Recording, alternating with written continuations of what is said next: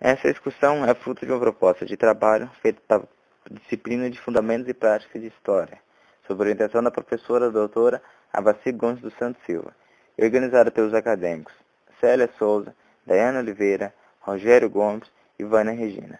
Tendo como ponto de partida e chegada a Universidade Federal de Rondônia, no campus Rolim de Moura, saímos por volta das 7h30, do dia 1º de novembro de 2014, tendo como destino o Centro de Pesquisa e Museu Regional de Arqueologia de Rondônia, que fica localizado no município de Presidente Médici. O museu é uma instituição de acervo, pesquisa, preservação e valorização do patrimônio arqueológico da região centro-leste de Rondônia. Criado pela Lei Municipal número 1381 de 2007, inaugurado em 11 de junho de 2008, é mantido pela Prefeitura Municipal de Presidente Médici, Rondônia, e está vinculado à Secretaria Municipal de Educação e Cultura. Durante a viagem, os participantes se divertiram tocando e cantando música no decorrer do percurso. Eu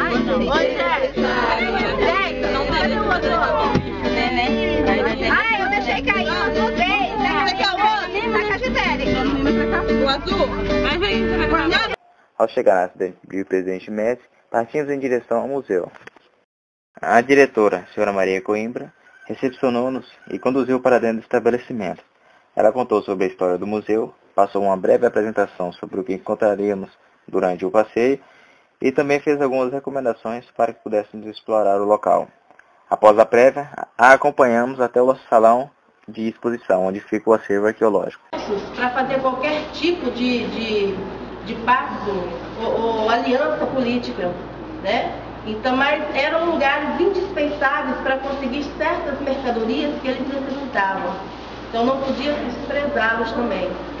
Então a gente não pode refutar nenhuma hipótese nenhuma, né? E essa peça aqui também, ela tem umas marquinhas, não sei se vocês conseguem observar aí, seguindo uma certa lógica na quantidade de pontinhas. E a gente encontra um desenho desse, de uma peça como essa, no sítio de arte rupestre do Peru, na região de Puxaro. Na hora que vocês tiverem interesse, só puxar na internet a arte rupestre de Puxaro. E tem um painel, num dos painéis de lá tem um desenho como esse, um pouquinho mais aberto, mais alongado, mas é idêntico, a quantidade de pontos. Só que ele também não foi interpretado para dizer que tipo de peça era aquela que está desenhada lá, né?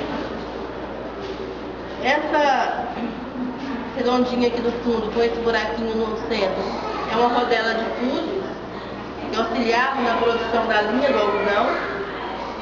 Os indígenas da região, apesar de não conhecerem a tecelagem e não usarem roupas, eles conheciam o algodão, produziam o algodão mais primitivo que esse que a gente tem hoje, né, com uma produtividade menor, mas que servia para algumas práticas. E lá no Bacoré para a troca com os índios, uma história mais recente. Mas a gente acredita que esses fragmentos aqui do Rio Machado, que estão expostos aqui, sejam muito mais antigos do que os índios, os próprios índios, né? Se a gente pode seguir essa teoria da originalidade inca na região, a gente vai ter que ter uma antiguidade aqui para lá de 5.000 anos. Porque a gente tem sítios datados de aproximadamente 5.000 anos no sul do Brasil e no sudeste do Brasil. Então, se aqui é a origem, eles têm que ser mais antigos, né? E é isso que a gente espera dessas datações que estão para ser feitas. O uso do carimbo é em função do quê? Pintura corporal. Bem que a maioria dos grupos utilizavam a penugem, parte da pena para fazer isso. Ou então, às vezes, um gravetinho muito fininho. Você tem uma extremidade mais grossa para fazer o encaixe. O encaixe que nem sempre extravasava o outro lado. Às vezes era o encaixe do outro lado que estava reto. Depende para que era a utilização desse machado, o tamanho do machado. Tinham casos, por exemplo, que o acabamento era feito no cabo verde, ainda no galho da árvore.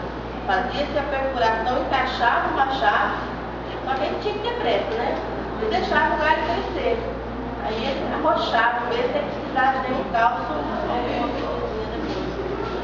Aí mais tarde era só cortar, e mesmo com ele secando e diminuindo um pouco, ele ficava fantástico.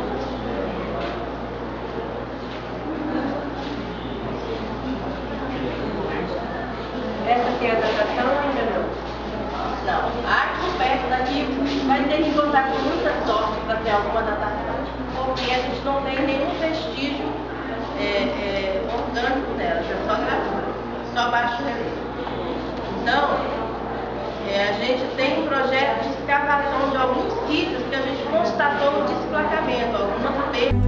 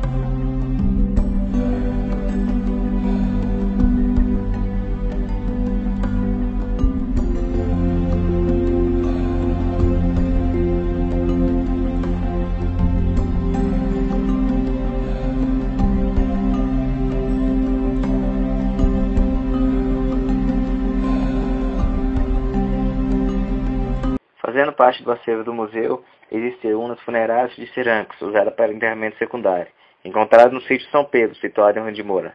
Fragmentos cerâmicos encontrados no sítio São Francisco, em São Francisco.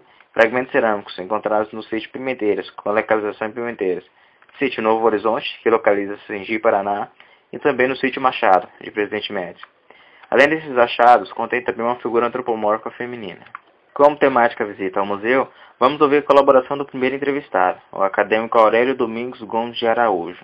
A visita é muito interessante, né? A gente encontra objetos milenares aqui, né? E a gente acaba levando conhecimento muito, né? Que vai agregar, né? A nós que somos pedagogos fazendo esse curso muito interessante, mesmo que não pareça, mas para nós é muito importante o conhecimento que vamos levar aqui nesse museu.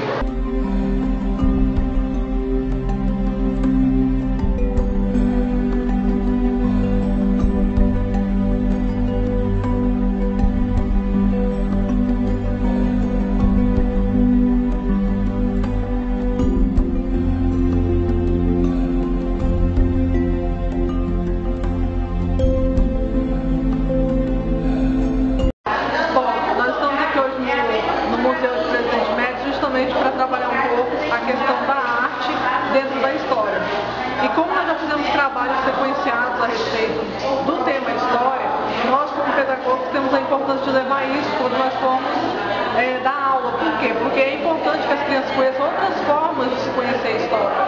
Visitas ao museu, sejam ele arqueológicos ou de artes, as entrevistas, as pesquisas de campo, fazer com que as crianças saiam do livro didático e da sala de aula para poder conhecer esse espaço, para poder saber a história além do que a escola pode nos levar.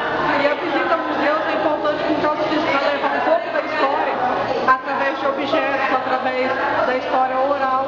Então, a importância da nossa visita aqui hoje no museu é justamente isso, para que a gente possa levar um pouco dessa bagagem para dentro da sala de aula. Agora vamos ouvir a segunda entrevistada, a professora e doutora Avaci Gomes dos Santos Silva. Eu estou vindo pelo museu a primeira vez, já tinha ouvido falar da existência do museu aqui na cidade de Presidente Médici, mas essa foi a primeira vez que eu estou tendo a oportunidade de visitá-lo, assim também como vários alunos da pedagogia do Campus Rio de Moura que estão aqui hoje presentes.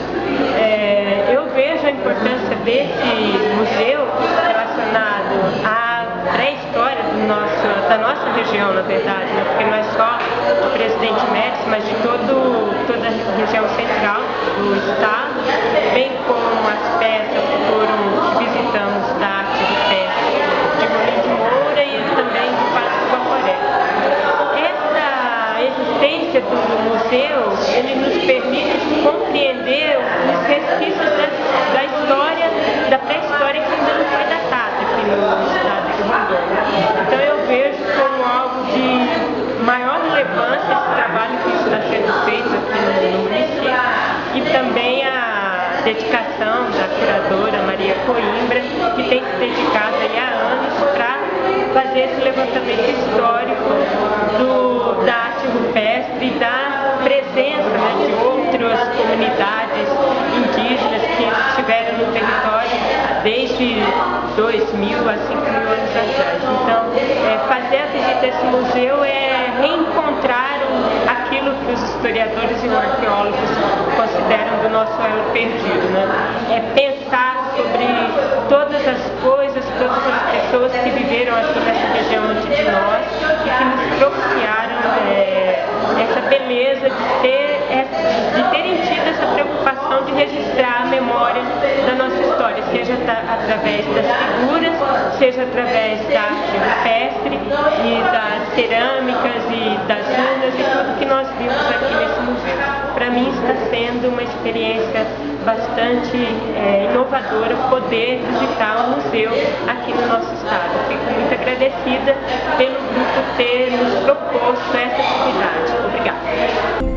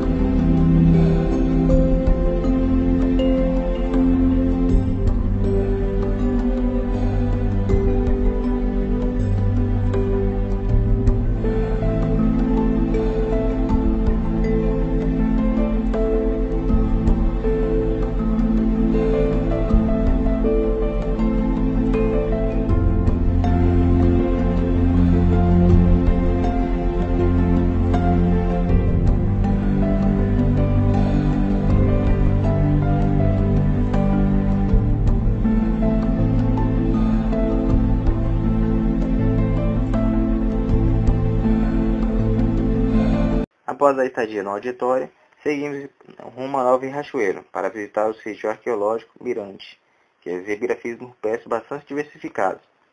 O estado de Rondônia possui um dos maiores potenciais arqueológicos do país, a ponto de que a cada quilômetro e meio de ocupação pode ser encontrado sítio arqueológico de até 23.000 anos. Um exemplo é a sede do Instituto Brasileiro do Meio Ambiente e Recursos Notáveis, o IBAMA, que localizado em Ji-Paraná, está instalado em cima de um sítio arqueológico. Na região de Guajará-Mirim foram encontrados materiais cerâmicos com data de 4.300 anos atrás. Segundo o arqueólogo Josué Ângelo Ravani, os estudos avançam nesse sentido, mas faltam pesquisas que incentivem as descobertas mais antigas.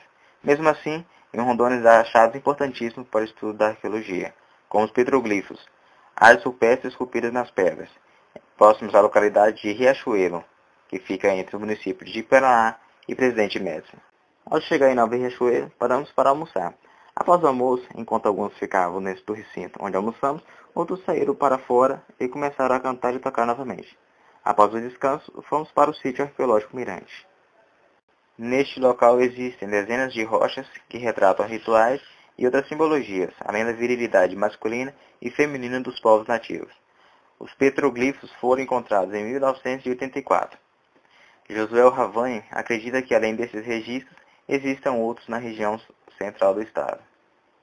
Na floresta, em Rondônia, também foi encontrado o primeiro sambaqui no meio do continente. Ele possuía 6 metros de altura. Sambaquis são lixeiras de restos de conchas, de moluscos, geralmente caracóis, um tipo de achado comum somente no litoral. No estado pode ser visto no Vale do Guaporé. Os achados de Rondônia são divididos em 3 regiões, sendo nos vales do Guaporé, Madeira e Ji-Paraná. A região do Madeira apresenta evidências de uma cultura mais evoluída, onde os nativos produziam cerâmicas e pintavam com várias cores. Segundo o arqueólogo, mesmo a ação do tempo e a acidez do solo não conseguiram apagar a coloração das tintas e a riqueza dos desenhos.